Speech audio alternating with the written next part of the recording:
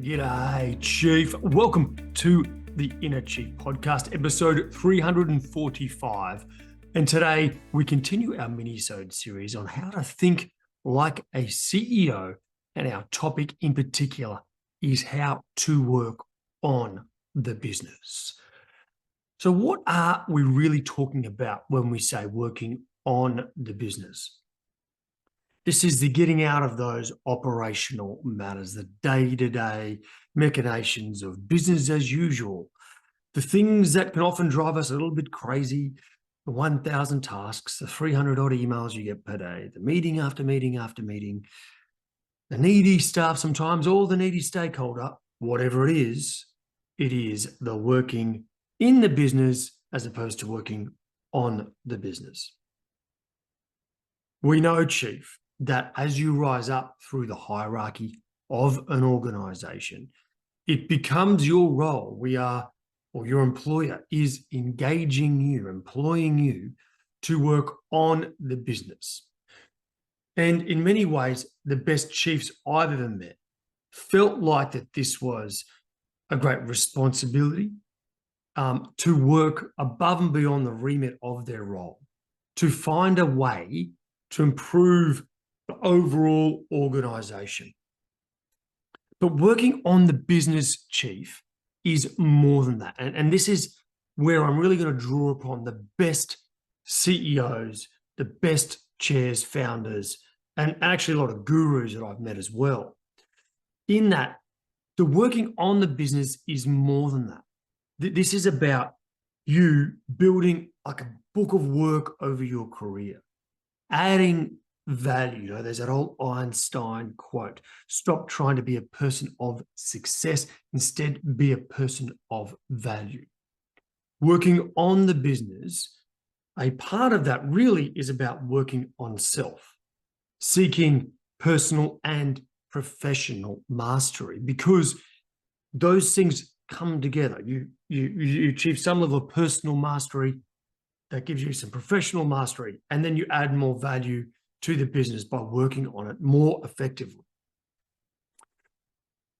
The way to, at a very high level, think about this, about what this is instead of focusing on the stuff that's 1 to 3 months, today, tomorrow, and the next few months, is working on what the business is going to look like 1 year, 2 years, 3 years, and 5 years from now, and really working back from that 5-year goal. Because the best chiefs add value over longer time spans. And the more you're drawn into the day-to-day, it is a completely different headspace to the longer term. It's also the relationships, building strategy, it's creativity, it's fostering unity. It's that ether of cultural and spiritual connection across a group, experiences and learning that will make everyone understand that the sum is more than the parts. So working on the business is not just strategy. It's ensuring that this business, this high-performance team, your department, is a beautiful place to work. It's inspiring. People trust each other. You're doing really great things, not just the hustle, right? Why is this so important? Well, in the cold hard light of day, if all you can do is operate, no one will hire you for a really senior role, and nor should they, right? If you're already in that senior role, every day you're working in operations too much means that the organization is suffering, and potentially the board and your peers are going, maybe they've gone too far in their career. They're starting to battle. Now, I don't believe that is nearly always the case. It just might be that if we could help you shift your priorities a bit, you could then add more value to the organization and your peers. As importantly as that, life is more than just about hustle. Hustle got a bit overrated in the last decade or so. Hustle doesn't necessarily get you anywhere as long as it's for a period of time in the right direction. The great pieces of work that I'm sure most of you want to deliver over your career are slower work, are creative work. is innovative work. So if you really want to have a career and life of meaning, you can't just hustle. You must find a way to work on yourself and on the business. This creates that yin and yang of slow and fast, of conscious, unconscious, of spirit, business, purpose and profit. It allows you to link these together in a better way and not ignore one at the expense of the other. As I said, it does give you personal professional mastery. The more you do this, the more you build a reputation of someone who can do great things. And then when you get it right and you work on self as much as business, right, you get personal health, mental health, you get some fitness, you probably have better relationships at home, a greater sense of pride. So it is incredibly important. And when you don't do it, Chief, you and everyone around you suffers. The people reporting to you actually want you to get out of the business a bit and help them solve the system. They don't want you dipping down and getting in the way of their job. They want you to provide a clear framework, a guidance, good delegation, and then get out of the way so they can do the job you're paying them to do, right? If you're stuck in this operational mindset, and maybe that's what you've been doing for the last 15, 20 years, and now you're in this senior role, it's hard to break your MO. It's hard to break your pattern. Okay? Now that's okay, but that's just a really important thing to consider. If that has been your pattern for so long, it can be hard to break. Right? It's important to understand the root cause of why you might be battling to shift from this chapter in your career, which is mostly operational, to one which is now strategy and operational, right? Or culture and operational. It's a bit of a shift. And I'm not talking you're going 5 days a week. It's maybe 1 to 2 days a week working on the business and maybe 3 to 4 initially working in the business. And you go up another level and it's like the dial shifts a bit more towards working on the business. So if you're stuck in that operational control mindset because you've been there a long time, we understand, we get it. It's time for the next chapter. The difference is, and this is one of the most important mindsets I've seen CEOs make, is they're now prepared to just let a lot of things just go. Can't be controlled. It won't, my level of input there is not value driving anymore. They don't sweat the small stuff. They don't major in minor things.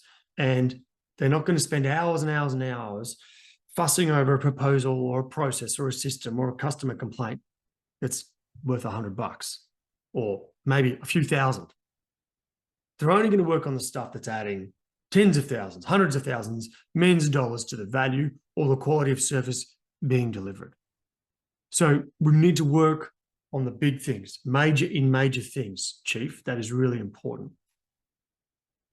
Another issue that we often face as to why we can't work on the business is the fundamentals of a high-performance team are just not in place. Those of you that are regular listeners and viewers will know at Chief Maker we have 5 pillars of high-performance team: mission, people, culture, tools, and execution, right? We implement these 5 pillars because that helps you work on the business, on the department. And in fact, as you get them right in your business, it is in fact working on the business. So clarity of your mission, vision, purpose, values, strategy, metrics, people, right person, right role, all being developed. I mean, if that's not happening, Chief, it's very hard to work on the business because you keep being drawn down to low performance, right? Culture, right? Rituals, traditions, standards, accountability, feedback, right? All the things that drive a great team that allow you to actually have a bit more time and headspace to work on the business. People have the right tools to do their job, and that's the hardware, the software, the scoreboards, etc., so they can do their job well. Of course, if that's not there, Chief, where do you end up? Back in ops. Okay, and then the execution, operating rhythm, stakeholder management, risk management, communications. These 5 pillars, they get you out of ops, right, and up working on the business, all right? So when you don't have that in place, it costs you. Then, of course, your own personal habits and routines. I suspect the habits and routines that you use right now were custom built or naturally built or accidentally built for earlier roles in your career. Great for a manager, great for a team leader. Now you're heading into a C-suite role. It doesn't work anymore. You have to evolve your personal operating rhythm. There's a download, Chief, if you want it, chiefmaker.com/operating rhythm. It has a real guide around this. Please check it out if you want. We also have a routines program on the Academy about this, right? It's very affordable for the value you're going to get, right? You just go to the courses page on our website, chiefmaker.com, and go to courses. So if you don't have those personal habits and routines, look at this is going to give you the overwhelm and hamster wheel kind of effect. So make sure you get those right? Because if not, it's going to be very, very hard to work on the business, right? And the last thing is, the big mistake is you try and do this all on your own. We have a business coach, right? And that often, sometimes I just cannot believe the advice or the counsel or the insight we get, because I'm just so close to it, I can't see what's obvious. And we get these leaps, and I get a trusted advisor to go and talk to about something we're thinking about doing, and they just give a really impartial, honest assessment. Sometimes brutal, sometimes not. But without it, I just get caught up and I don't know what decision to make. So, Chief, these are some of the reasons why we battle. So the 3 big critical steps on how to work on the business, there's 3. Personal and business operating rhythm, get the 5 pillars of high performance team in place, and 3 trusted advisors, okay? Those 3 things will help you get in place a rhythm and the right timing and habits, personally and business, the right direction as a team, and then the right accountability external. I'm just going to quickly give you a couple of points on each. Okay, I've mentioned the resource, chiefmaker.com/operating rhythm. Go to that if you need a bit more of a guide. Now, here are the things that you need to have in your annual rhythm, okay? First is you need to look at your stakeholder group and have regular discussions with them that aren't just about ops. So think about the other C-suite executives, your boss, maybe board members, if you have any external, if you're in the public sector, external advisors, councils that you're a part of that you connect with. Go and have future-oriented discussions with them. Build trust, shoot the breeze, right? Be creative. It's in the midst of these discussions that some of the best ideas will come forth. And remember, if it's not there, what happens? Silence and nothing. So get those meetings into your operating rhythm. And that means, hey, every month, I need to have the following meetings, right? 2, 3, 4, 5 meetings a month. It's not a lot to get those meetings, maybe 1 or 2 a week. Time out of the office. This is number 2. Time out of the office on your own. At least once a month, get away for 2 to 4 hours, go to the mountains or the beach, just get into work late that day, right? Or work from home, and don't log into your calendar and don't log into your email. Get away with an iPad or a journal or something. And this is about connecting to nature, slowing down. I'll often even just read a bit of a book, like a self-helpy kind of book or something, a business book, a book on mastery. Just read a bit of that and then direct my attention to some of the big challenges we've got in our business. So that time away is vital for collecting your thoughts, for having the headspace to think creatively about the future of your business. 3, get your team's annual retreat. Every department needs this. You don't need an external facilitator, right, or anything like that. You just need to get an Airbnb and get away with your team and get a really clear agenda that has 3 or 4 sessions working on the business, okay? 1 on strategy, 1 on culture, 1 on professional development, 1 on maybe a bit of the operations and how that's going, okay? Then don't fill the agenda. Have breaks, go for walks, do things together, cook for each other. Don't overfill the time when you're meant to be slowing down. people work, that they'll have these little conversations in between, and eventually you'll get a lot of value out of this. So get that annual retreat in your calendar. Read the book Atomic Habits by James Clear. He talks in that book about stacking habits. So, for example, every night I read before bed.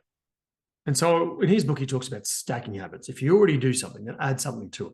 So now what I do is I have about 10, 15 minutes of journaling. And I just do it on the iPad or the iPhone. I keep it simple, keep it easily accessible. And I do my journaling before bed. That's working on me, right? Which is a part of working on the business. Don't separate the two, right? One gives you the headspace for the other. So do your habit stacking. I might do something around my morning coffee, just 10 minutes of preparation for the day, of thinking about how I'm going to work on the things that I work on for the day ahead. So that's your operating rhythm piece, Chief. Really think about both your personal and your team operating rhythm. Then work on your 5 pillars of high performance team. Do you have the clarity of the mission, the vision, the purpose, the strategy, the values and standards, the metrics, the roles that are going to deliver you a great team? Have you got the right people, good culture, the tools, and the execution? Right. If you are really struggling with that, Chief, that's our mini MBA in leading high performance teams. If you don't have that, join us and you get to work on the business for 12 weeks with us. If you don't, Chief, go to work on that, do your research, get some resources, and make that happen. If you don't have those things in place, you will always be drawn down into the business with problem after problem after problem. Last is your trusted advisors. That's coaches, it's mentors, it's consultants, it's former peers or colleagues across the industry that you can meet with regularly. Right? This is so important to have a place you can go and have as a sounding board on the ideas you've got for the business, to share a challenge or a victory. You need to have that network that's activated, Chief. Right? And without it, you will be alone and you will battle to work on the business. I know I have CEOs out there, and some of them pay me, some of them don't, right? And what they do is they call me up and say, hey, I'm thinking about this. What are your thoughts? And I'm like, I'll give them my honest answer. And that's fine. That's me just providing a service to them. They'll return the favor if I ever need it. Okay?